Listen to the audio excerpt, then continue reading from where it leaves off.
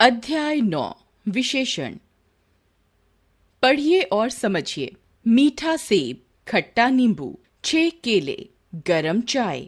उपरोक्त वाक्यांशों में मीठा, खट्टा, छह तथा गरम शब्द अपने साथ आए शब्दों सेब, नींबू, केले तथा चाय की विशेषता बता रहे हैं।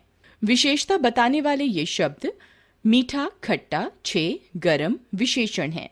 इस प्रकार जो शब्द संज्ञा या सर्वनाम की विशेषता बताते हैं विशेषण कहलाते हैं। विशेषण संज्ञा: मीठा सेब, 6 केले, खट्टा नींबू, गरम चाय। विशेष्य: जिस शब्द की विशेषता बताई जाती है उसे विशेष्य कहते हैं। विशेषण विशेष्य: मीठा सेब, खट्टा नींबू, 6 केले, गरम चाय, दयालु बालिका, नीला आकाश।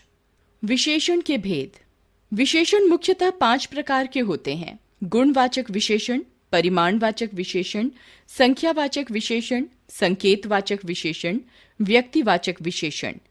गुणवाचक विशेषण: जो शब्द संज्ञा या सर्वनाम के गुण, दोष, रंग, रूप, अवस्था, दशा व दिशा की विशेषता बताते हैं उन्हें गुणवाचक विशेषण कहते हैं। जैसे काली बिल्ली, नया स्कूटर, बुरी बात, चिकना घड़ा, ईमानदार आदमी, बुद्धू बालक, सुंदर लड़की, वीर पुरुष, स्वस्थ बालक।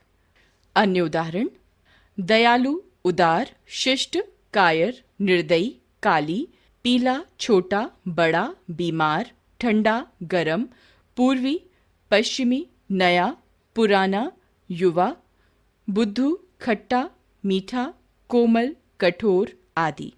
परिमाणवाचक: जो शब्द किसी वस्तु की मापतौल बताते हैं परिमाणवाचक विशेषण कहलाते हैं। जैसे थोड़ा आटा, थोड़ा पानी, 1 लीटर तेल, 2 किलो आम, 3 मीटर कपड़ा आदि। यहाँ थोड़ा, 1 लीटर, 2 किलो, 3 मीटर परिमाणवाचक विशेषण है। संख्यावाचक विशेषण: जो शब्द किसी संज्ञा या सर्वनाम की संख्या बताते हैं उन्हें संख्यावाचक विशेषण कहते हैं। जैसे 2 केले, कुछ संतरे, अनेक, 5वां संख्यावाचक विशेषण है। संकेतवाचक विशेषण: जो शब्द संज्ञा से पहले आकर उसकी ओर संकेत करे उसे संकेतवाचक विशेषण कहते हैं। जैसे यह लड़का शरारती है, वह मकान मेरे नाना जी का है, ये लोग क्या कर रहे हैं, वे लड़के शोर मचा रहे हैं। यह, वह, ये तथा वे संकेतवाचक विशेषण हैं। संकेतवाचक विशेषण को सार्वनामिक विशेषण भी कहते हैं क्योंकि ये सर्वनाम होते हुए भी विशेषण का कार्य करते हैं। सर्वनाम तथा सार्वनामिक विशेषण में अंतर: संज्ञा से पूर्व प्रयुक्त होने पर सर्वनाम यह, वह, ये, वे सार्वनामिक विशेषण बन जाते हैं। वह चला गया सर्वनाम, वह लड़का चला गया विशेषण, यह भौंक रहा है सर्वनाम, यह कुत्ता भौंक रहा है विशेषण, उसे कुछ चाहिए सर्वनाम, उसे कुछ रुपए चाहिए विशेषण। व्यक्तिवाचक विशेषण: जो विशेषण व्यक्तिवाचक संज्ञाओं से बनाए जाते हैं उन्हें व्यक्तिवाचक विशेषण कहते हैं। उदाहरण देखिए: कानपुरी जूते, बनारसी साड़ी, जापानी कैमरा, बंगाली मिठाई आदि। यहाँ कानपुरी विशेषण कानपुर नामक व्यक्तिवाचक संज्ञा से बना है। इसी प्रकार बनारसी बनारस, जापानी जापान तथा बंगाली बंगाल व्यक्तिवाचक संज्ञाओं से बने हैं। विशेषणों की रचना: रचना की दृष्टि से विशेषण 2 प्रकार के होते हैं। पहला मूल विशेषण, दूसरा यौगिक विशेषण। मूल विशेषण: वे शब्द जो मूलतः विशेषण ही हैं उन्हें मूल विशेषण कहते हैं। जैसे अच्छा, भला, काला, लाल, बड़ा, छोटा, सुंदर आदि। यौगिक विशेषण: संज्ञा, सर्वनाम और क्रिया में उपसर्ग या प्रत्यय जोड़कर यौगिक विशेषणों की रचना की जाती है।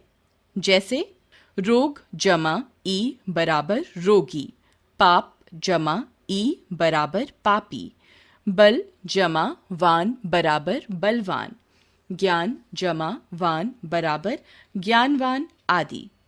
विशेषणों की अवस्थाएं: विशेषण द्वारा व्यक्त की जाने वाली विशेषता किसी विशेष्य में दूसरे विशेष्य से अधिक या कम हो सकती है। इस आधार पर विशेषण की 3 अवस्थाएं मानी जाती हैं: मूलावस्था, उत्तरावस्था, उत्तमावस्था।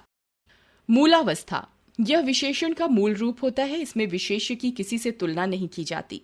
उत्तरावस्था, इसमें दो व्यक्तियों या वस्तुओं की परस्पर तुलना में एक की अधिकता या न्यूनता दर्शाई जाती है। उत्तमावस्था, इसमें एक विशेष्य की अन्य सभी विशेष्यों से तुलना की जाती है। मूलावस्था, उत्तरावस्था, उत्तमावस्था। प्रिय, प्रियतर, प्रियतम। श्रेष्ठ, श्रेष्ठतर, श्रेष्ठतम। स्पष्ट, स्पष्टतर, स्पष्टतम। मधुर, मधुरतर, मधुरतम। योग्य, योग्यतर, योग्यतम। शीघ्र, शीघ्रतर, शीघ्रतम। ऊंचा, अधिक ऊंचा, सबसे अधिक ऊंचा। बुरा, अधिक बुरा, सबसे अधिक बुरा। मीठा, अधिक मीठा, सबसे अधिक मीठा। उदाहरण, सीमा लंबी लड़की है। लंबी मूलावस्था। लता सीमा से अधिक लंबी है। अधिक लंबी उत्तरावस्था। गीता सबसे लंबी लड़की है। सबसे लंबी उत्तम